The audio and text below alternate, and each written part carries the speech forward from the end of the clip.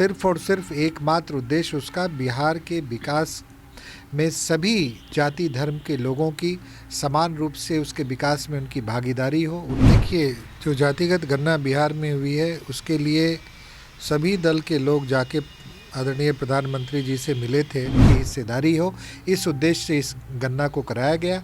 यदि केंद्र सरकार को लगता है कि इसमें किसी प्रकार की कोई त्रुटि है तो केंद्र सरकार से तो आग्रह है ही, आप जाति आधारित जनगणना आप करवा लें। नमस्कार, मेरा नाम सदनजड़, आप देख रहे हैं एक न्यूज़ 24 और हमारे साथ बातचीत करने के लिए जदयू कोटे से विधायक राजकुमार सिंह हैं। अमित शाह कल बिहार आए हुए थे, पूर्वी राज्यों का यहाँ बैठक था। उन्होंने एक आरोप लगाया कि बिहार में जो जातिगत गणना हुई है, विशेष जाति को खुश करने के लिए बिहार में जातिगत गणना हुई है, और उन्होंने ये भी कहा कि नए सिरे से जातिगत गणना कराए बिहार में। देखिए, जो जातिगत गणना बिहार में हुई है उसके लिए सभी दल के लोग जाके आदरणीय प्रधानमंत्री जी से मिले थे और उनसे आग्रह किया था कि आप जातिगत जनगणना करवाएं।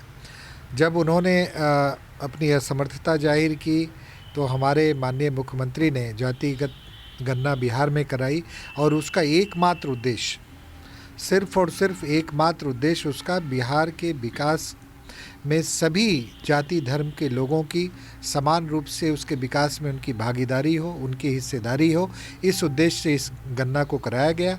यदि केंद्र सरकार को लगता है कि इसमें किसी प्रकार की कोई त्रुटि है तो केंद्र सरकार से तो आग्रह है ही, आप जाति आधारित जनगणना आप करवा लें, फिर आपको सारा दूध का दूध पानी का पानी आपको दिख जाएगा।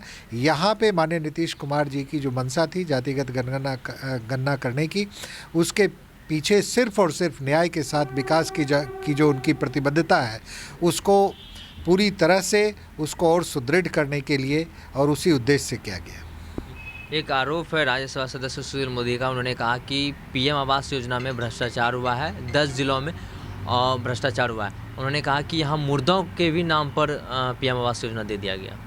क्योंकि केंद्र सरकार अपनी जिम्मेदारी का निर्वहन नहीं कर पा रही है, इसी उद्देश्य से अनर्गल आरोप बिहार की सरकार पे लगाती है। आपकी जानकारी के लिए बता दूं कि मेरी जानकारी है कि 13 लाख आवेदन प्रधानमंत्री आवास योजना में अभी लंबित है और विगत 4 वर्षों से प्रधानमंत्री आवास योजना का एक भी लक्ष्य बिहार को नहीं दिया गया है।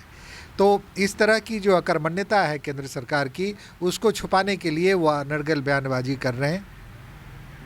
6 दिसंबर को बैठक होने वाली थी, वो बैठक रद्द कर दी गई है। तो भाजपा की तरफ से कहा गया कि ये लोग शुरुआती दौर से ही अंतिम सांस ले रहे हैं इंडिया गठबंधन को लेकर। भाजपा को अपने कार्यकलापों पे ध्यान देना चाहिए। ये इंडी गठबंधन का बैठक कब होना है, कब होगा, ये सब तय तो यहाँ के लोग करेंगे। इधर इतना ध्यान इधर देने का मतलब है कि उनकी सांसें अटकी हुई हैं इस गठबंधन के विशाल स्वरूप को देखकर। तो उनको अपना आकलन करने दीजिए, यहाँ हम लोग अपना काम कर रहे हैं। 2023 में अभी जो हाल ही में 5 राज्यों में चुनाव हुआ, हिंदी पट्टी के 3 राज्यों में भारतीय जनता पार्टी की सरकार बनी। तो वो लोग कह रहे हैं कि अभी तो ये ट्रेलर है, 2024 में एक आंधी आएगी, इससे भी बड़ा ट्रेलर आएगा। इसके ऊपर क्या कहें? देखिए, लोकतंत्र में जनता सर्वोपरि है। अब वो आंधी आएगी और किसे उड़ा के ले जाएगी ये तो पता लग जाएगा। 2024 का चुनाव होने दीजिए, सबको पता लग जाएगा। आप सुन रहे थे जदयू के विधायक राजकुमार सिंह को। उन्होंने साफ तौर पर कहा कि 2024 में सबको पता चल जाएगा कि किसकी सरकार बनेगी। और पीएम आवास योजना को लेकर भी इन्होंने कहा कि ऐसी कोई नहीं है, 13 लाख लंबित है, आवेदन पड़ा हुआ है, किसी को भी मकान नहीं मिला हुआ है। मकान ही नहीं मिला तो यहाँ मुर्दों की बात कहाँ से होगी। इसी तरह के तमाम अपडेट के लिए आप बने रहिए न्यूज़ 24 पर। मेरे सोगिया इनके साथ मैं सदनजड़ पटना।